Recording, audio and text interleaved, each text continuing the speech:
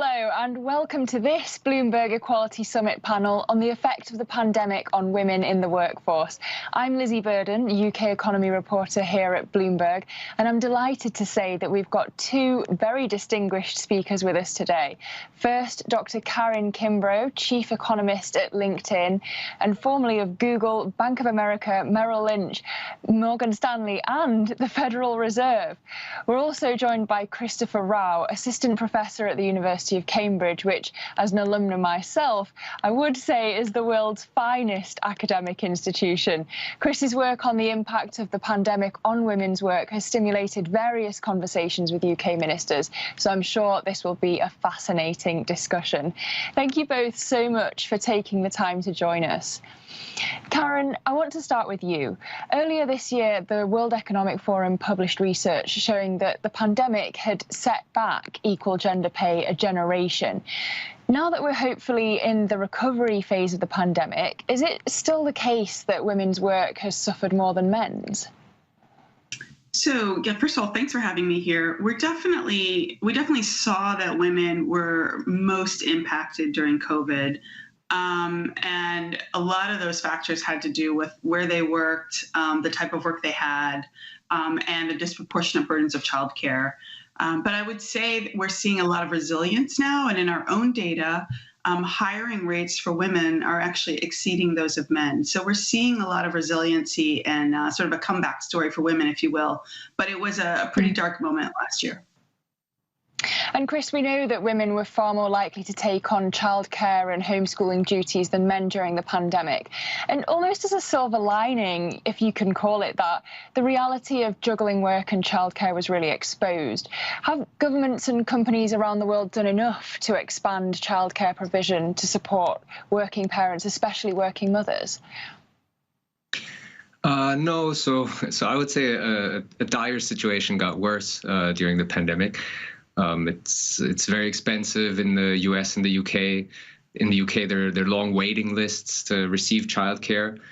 During the pandemic, access became even more unequal, so non-white families were more likely to be exposed to childcare closures in the US.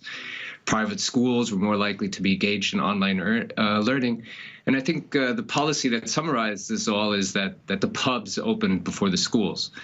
So I think we're still a long way from improvements, and research shows that we need childcare in order to create labor market opportunities, in particular for mothers. And we also need good childcare because poor childcare is linked to worse child development. So we have to think about unleashing the potential of the current workforce, but also to create the skills of the future workforce. And Karen, even in countries where governments and companies are generous with childcare provision, is this gendered division of labour ultimately a cultural problem that starts at home? Can we break that cycle? It's interesting you should say that. I mean, one of the things that we observed in our data, which spans the globe at LinkedIn, is that women were disproportionately affected in every single country. There was no country where women fared better than men during the pandemic. So it clearly is something that goes beyond any particular culture or society and is sort of endemic. I think the one thing we can do is have hope that there's generational changes that start to take place. And the more that men, for example, take paternity leave, and that's available to them, the more let's call it the burdens or the opportunities of childcare can be shared between women and men. One of the other things I would also say is that companies need to kind of continue to provide more and more flexibility for workers so that they can, be met where they are, depending whether they have very needy young children or, older children are more independent. Workers need different kinds of flexibility in their schedule. And I think women in particular have always sought out work that provided more, say, schedule flexibility because they needed that for juggling all the other burdens at home. Picking up on that point, Chris, for so long we've been told that flexible working was meant to be good for women, but if women already tend to earn less than men, in the hybrid model of working where people work at home some of the time and work at the office some of the time, will we tend to see men returning to the office and women working at home while juggling childcare? That could be the case, and research shows that if you're working from home, you're more likely to be overlooked when the next promotion comes about. So about half it reduces the likelihood of you being promoted by about half in one study. And also, we have to worry about flexibility. There are two types of it. There's the good type where the employee decides when to work the extra hours, but there's also the bad flexibility if the employer sets the extra hours and changes them frequently. And it's actually women who are more likely to be on 0-hour contracts, which are the extreme form, do not provide income security and also no career progression. So if we have women working at home on these type of contracts, then we're not going to see career progression. If you're watching, don't forget to leave us a question to ask Karen and Chris. We'll try to get to it at the Q&A section later on. Karen, I want to talk about a later stage in women's life, menopause. Menopausal women have talked to me about having to wear ill-fitting PPE to work that's designed for men. It's made their hot flushes worse.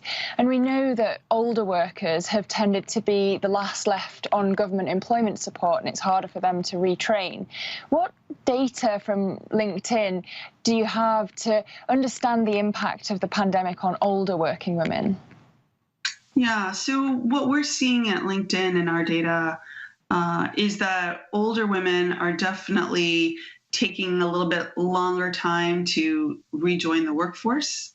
So for example, as we start to see this recovery play out, the first ones to kind of come back into the workforce are younger workers or those who are sort of mid-career but highly skilled, and older workers seem to be lagging. I think it's, a lot of this has to do with, one, in some cases, there are older generations that actually didn't fare so poorly during the pandemic. They may have had more exposure to the stock market and retirement funds, at one end of the income spectrum. And at another end of the income spectrum, they may have felt hesitation about rejoining the workforce because of health and safety concerns. So for a variety of reasons, older workers and older women in particular haven't come back as quickly into the workforce, which I think is really a shame. That's not what we want. And so we'd like to see a multi-generational workforce. So I think there's still a lot of work to do. And Chris, not all symptoms of menopause are physical. Your research shows that not just for older women, but women generally, their mental health was significantly impacted by the lockdowns, and more so than men. How much of that is because of the impact on their work-life balance? I mean, we've heard so much about people feeling like working from home has been more like living at work. Yeah, so part of it is driven by working parents. There's a study about that in the UK, finding that in particular working mothers, they had to juggle more tasks and suffered worse mental health. But we also have some research in the US where, irrespective of the work situation, we find that the lockdowns worsened mental health more for women than for men. And part of it can be explained by fears of troubles about paying bills and more childcare, but there's an additional element, which one seems to be able to link to the cut ties of social networks. So it's not only the labor markets, it's also the social networks that suffered under the lockdowns and the physical distancing measures. And Karen, are there any positives to have come out of this crisis for women at work? Are there any long-term structural changes that could be for the better?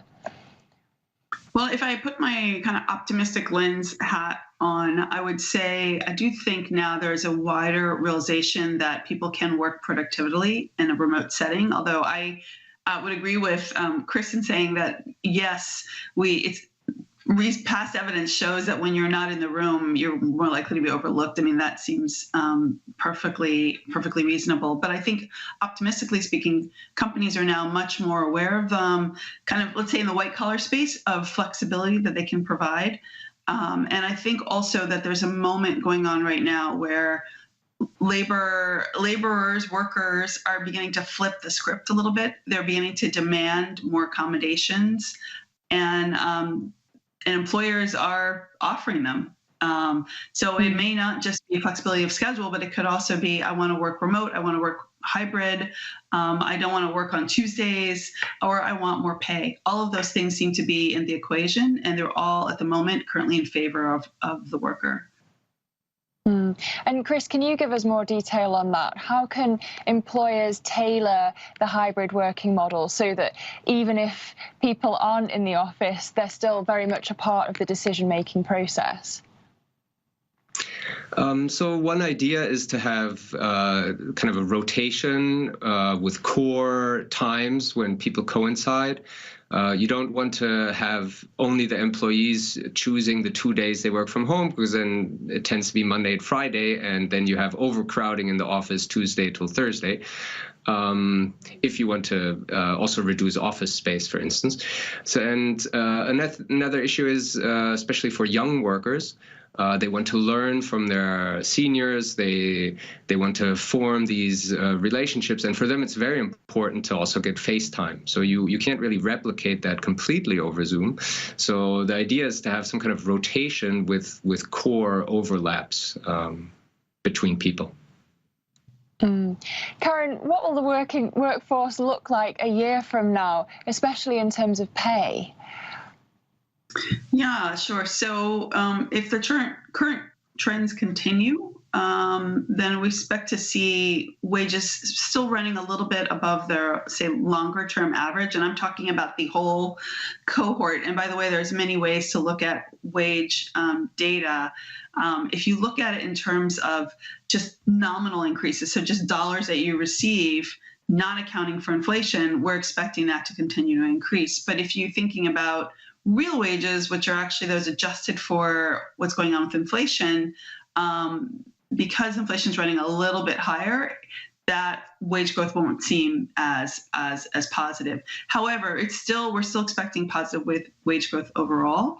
And I think the bigger question is just who's benefiting the most from the wage growth, because what we've seen in the past is that the least well paid have seen the slowest wage growth historically. Chris, what do you see as the future for wage growth for women? I see some positive trends which will receive a dent from the pandemic, because spending time out of work, you don't learn on the job, you miss out on that promotion, so that's going to put a dent in it. But women are in many of the fastest growing occupations, for instance, in social care. They're much more likely to go to university by now than men in most countries, and also the share studying science and mathematical degrees has been increasing. So I think there will be some wage growth driven through these aspects. Karen, let me put a question to you from the audience. It says, what are your thoughts about companies collecting caregiver status data on employees and then reviewing pay and promotion data based on status? Well, it seems to me that we ought to be taking into account that everybody is going to need some accommodations for what's going on in their life. So if you were only collecting care status data, you would be missing out on other ways in which perhaps, let's say, men have other obligations that aren't being captured. So I say that because I don't want to then stigmatize women as, oh, well, they have a lot of care obligations and therefore, we need to make these accommodations, and they start to be seen as though they're being coddled in the workforce. That's absolutely not the case.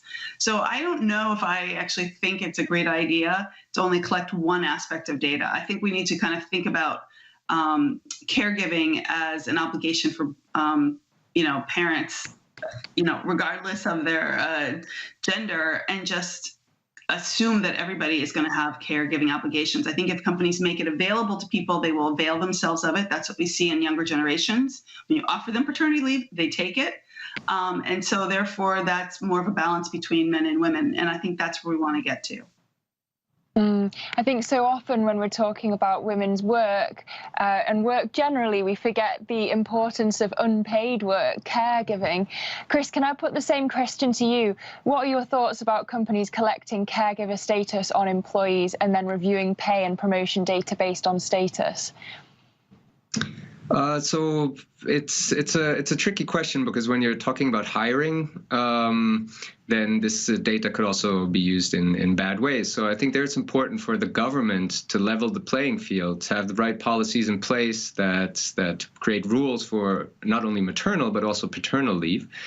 And then if an employer is collecting this data, they're much less likely to want to use it to discriminate. And then, because it can be useful information, you can help people. You could offer them different type of contracts, but if you're not allowed to collect that data, then obviously you can't do that. So it's a tricky one. Really tricky with the whole privacy question. Karen, another question from the audience. Are there any excellent examples of companies that are doing very progressive initiatives to make workplaces more equal? Yeah, I mean, absolutely. What we're seeing is, I'll tell you right now, at LinkedIn, we're all as a company being given Friday off for just a well-being day, because LinkedIn has recognized that people can get burnt out.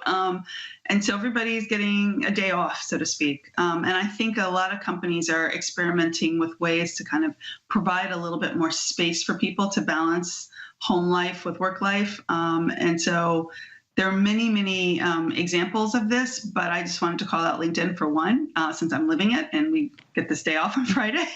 But I think other ways that companies are starting to, experiment is to do something that Christopher was talking about, which is maybe job sharing, for example, where people may share a job and they have a little bit more control over their own schedule. So as opposed to you just being told what shift you have and it changes week to week, but you may know that you actually have a partner with a role, and therefore you can sort of be clear about what time you allocate to work, what time you allocate to home, and at the same time you're sharing with one partner.